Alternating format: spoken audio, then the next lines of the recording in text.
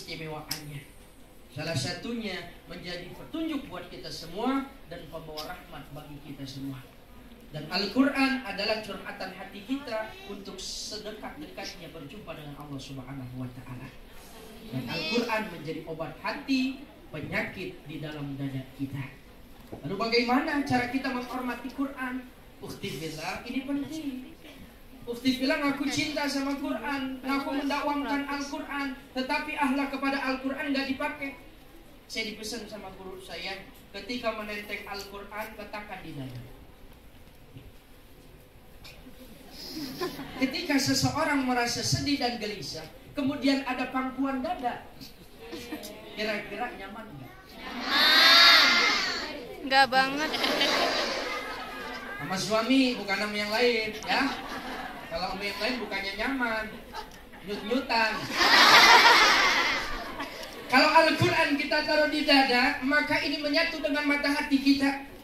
Ini takzim wa takriman wa mahabbatan. Cinta, kemuliaan, bagian daripada penghormatan kita kepada Al-Quran. Setelah membacanya, sebelum membaca, di kening kita ditempelin, langsung ke hidung, langsung ke bibir, cium. Itu Al-Quran. Bolak-balik. Supaya apa? Tanda cinta kita kepada Al-Quran. Jangan semena-mena nenteng Quran. Kadang-kadang begitu kita habis tadarusan, kita lupa. Padahal kita memuliakan membacanya, tetapi setelah itu kita taruh di bawah dengkul kita. Ini sejajar dengan kaki ketika kita duduk. Nggak boleh ukti. Apalagi banyak orang lewat, lalu lalang keinjak ataupun kelangkahan. Ini hukumnya bagaimana? Su'ul adab kepada Al-Quran. Tanda kemuliaan kita, taruh tempat yang aman. Tapi saya yakin di sini mah aman semua naruh Quran. Saking amannya begitu dibuka ngebul.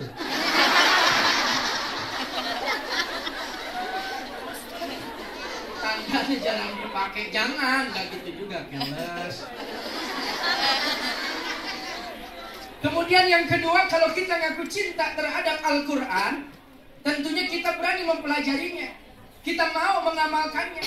Wal akhzu bit tajwid khatsmul lajim malam yujawidil Quran asin li'annahu bil ilahu anzala wa hakaza minhu ilaina wasala. Allah. Dikatakan di dalam kitab Manzumah Al-Jazariyah yang tersebut saya bacakan tadi, menurut Syekh Imam Ahmad Jazari, bahwasanya turunnya Al-Quran itu udah memperoleh bacaan seperti tajwid. Jadi baginda Nabi ketika disuruh ikra itu udah pakai ilmu tajwid. Makanya hukumnya wajib. Enggak baca dengan tajwid, dosa hukumnya. Kemudian setelah udah bacanya ada kesalahan, wajar, yang penting kita mau belajar. Begitu. Kenapa? Li'annahu bihil ilahu anzala wa hakaza minhu ilaina wasala. Karena dari sononya emang begono. Mau nggak mau kudu mau, daik untuk daik kudu daik. Gelem orang gelem kudu gelem. Baca Quran ya begitu, pakai makhrajul huruf. Kemudian zainul buyutakum binuri bitilawatil Quran. Kemudian rumah kita dihiasi dengan ayat Quran. Zainul bisaswatikum bitilawatil Quran. Kemudian hiasi suara kita dengan variasi Quran. Nah, variasi ada 7 macam. Ada bayati, ada soba, ada sika, ada jiharka, ada nahawan, ada ros, ada juga hijaz. Ada 7 macam-macam. Belajar sama guru kita, qori wal qori'ah. Begitu. Ngaji, jangan sampai ada baca Quran pakai lagam Jawa, ya. Nggak masalah sih, cuma kadang-kadang seperti ini khawatir makna dan juga panjang pendeknya nggak benar. Jadinya baca Quran nggak pakai makhrajul huruf, ya. Jadi kan kalau langgam Jawa mah banyak yang panjang, banyak yang pendek, betul nggak? Betul. Makanya baca Quran enaknya variasi apa? Variasi orang Arab. Syekh Al-Mansuri, Syekh Mustafa Ismail yang luar biasa suaranya. Nahawan. Ya budaya, wahai anakku. Kan enak. Itu nahawan. Jawab nahawanya. Jadi saya lagi ini mikirin ayat apa yang pas. Misal Al-Fatihah. Variasi nahawan. Alhamdulillahi Rabbil Alamin. Allah. Variasi nahawan sobat.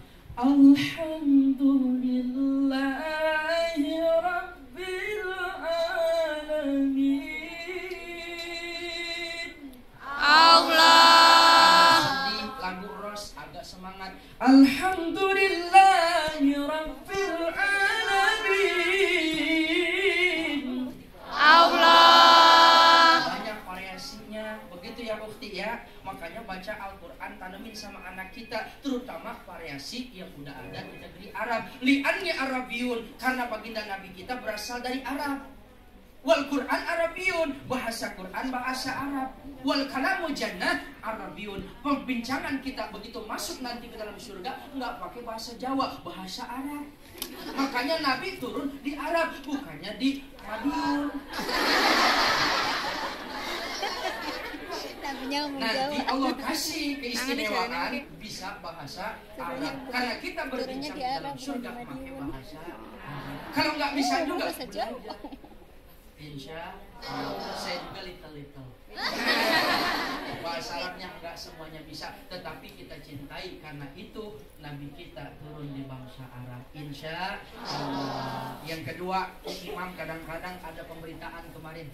Bagaimana Ustaz, ada yang nanya melalui inbox Facebook. Itu Imam 15 menit, cepat banget. Saya jawab sederhana aja, bagus masih sholat, yang kagak sholat yang kagak bagus. Terus yang 11-23 rakaat gimana? Dua-duanya mantap, yang kagak mantap, yang kagak mau sholat. Kalau kita udah berani sholat, minimal kita udah bisa belajar. Dari cara kenyamanannya kita bisa rasakan. Mau monggo, yang cepat silahkan cepat, yang lama silahkan lama. Jangan menjustis voice, jangan suka mengklaim, oh ini salah, jangan, kasihan. Ya, yang terpenting bagaimana? Insya Allah kita doakan semoga amal ibadah kita diterima oleh Allah Subhanahu Wa Taala. Sama guru kita, ya modelnya begini. Kalau jadi imam tarawih 23 rakaat, 11 rakaat. Kan kondisinya kalau di saya 23 rakaat. Itu ada yang cepat, silakan. Saking cepatnya anak muda biasanya imam. Kalau saya sih sedang aja. Itu kondisinya anak muda ada. Saking cepatnya baca Fatihah 1 kali nafas. Allahu Akbar.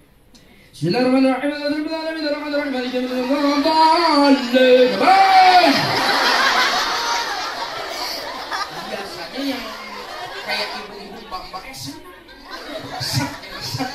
besok terawih di sini lagi dah. Giliran lama nggak jadi dah. Emang banyak, nggak masalah.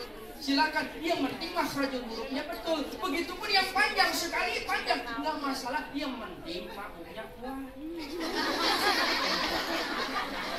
Misalkan kan ilmu qari'ah ayat Al-Quran itu kan ada 7 tingkatan variasi, nggak dibaca semuanya. Minimal tilawah atau muratan yang dibaca. Mentang-mentang qari' dibaca, bismillah udah 5 menit.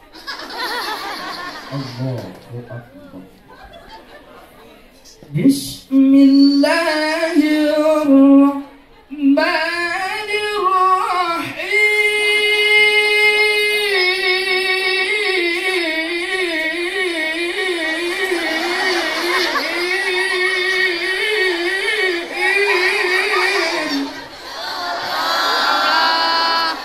Kasihan makmumnya. Imam enak yang baca. Makanya guru saya pesan khairal umur awsatuha, sebaik perkara urusan adanya di tengah. Terlalu panjang jangan, pendek jangan, yang sedang saja. Enak begitu. Misalkan terlalu kencang, Allah bersama itu nenek-nenek mama. Biasanya kalau buka puasa nggak masuk nasi, dia minimal banget mah kolak. Ini salak sama cendil. Kalau 23 rakaat perut kekocok. Keluar musola. Keluar cilok. Makanan sahur semuanya. Begitu pun kelamaan, kasihan. di belakang laki-laki. Leklok kakinya leklok. Jadi ini anugerah dari Allah. Yang penting kita masih bisa ibadah. Jangan suka menyalahkan siapapun. Insya Allah. Yang penting kita ibadah dengan ilmu dan ulama yang jelas. Insya Allah berkah dunia akhirat. Nah, ini istilah yang saya prihatinkan adalah kondisi Al-Quran tidak dimasyarakatkan. Karena zaman dulu enak Al-Quran bermasyarakat dengan masyarakat kita. Tapi zaman sekarang miris. Orang dulu waktu hamilnya aja ada 4 bulanan dibacakan 4 surah pilihan Al-Kahfi supaya selamat mendapatkan. Orang konsentrasi nggak? Yusuf biar ganteng katanya Nabi Yusuf. Maryam supaya cantik, akidahnya kuat seperti Maryam. Surah Muhammad karena Khalilullah kekasih Allah. Dibaca itu surah enak banget. Ya tapi kalau orang tuanya kagak pernah sholat, kagak pernah baca Al-Quran, mohon maaf begitu keluar palanya bopeng. Makanya Al-Ummu Madrasatul Ula, ibu sekolah buat anak. Biar kata orang baca Quran 4 bulanan, 7 bulanan, tetapi ibunya sendiri nggak baca Quran, jangan harap tuh anak jadi ahli Quran. Ya, ibu baca Quran kalau lagi hamil, ngidam. Bismillahirrahmanirrahim. Itu sambil diusap-usap. Ini kadang-kadang usap-usapnya kalau melihat orang yang aneh aja, amin amin.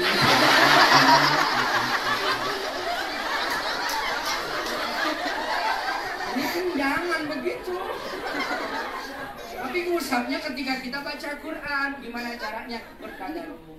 Yasin, kalau malam Jumat tuh baca Yasin. Yasin wal Qur'anil Hakim, innaka laminal mursalin ala siratim mustaqim. Tuh kalau kita energi daripada suara ibu itu baik bisa mendengar. Ada indera perasa dan indera pendengar. Itu Allah kasih. Allah Maha Besar. Anak mendengarnya, insya Allah begitu lahir ahlul Quran. 2 tahun hafal surah pilihan. Kenapa? Lucu Imam Syafi'i karamallahu wajhah 2 tahun hafal surah pilihan. Anak kita zaman sekarang hafal lagu pilihan. Imam Syafi'i surah pilihan 2 tahun, 7 tahun khatam 30 juz. Imam Syafi'i, kenapa? Orang tuanya hebat. Begitu dalam kandungan Imam Syafi'i itu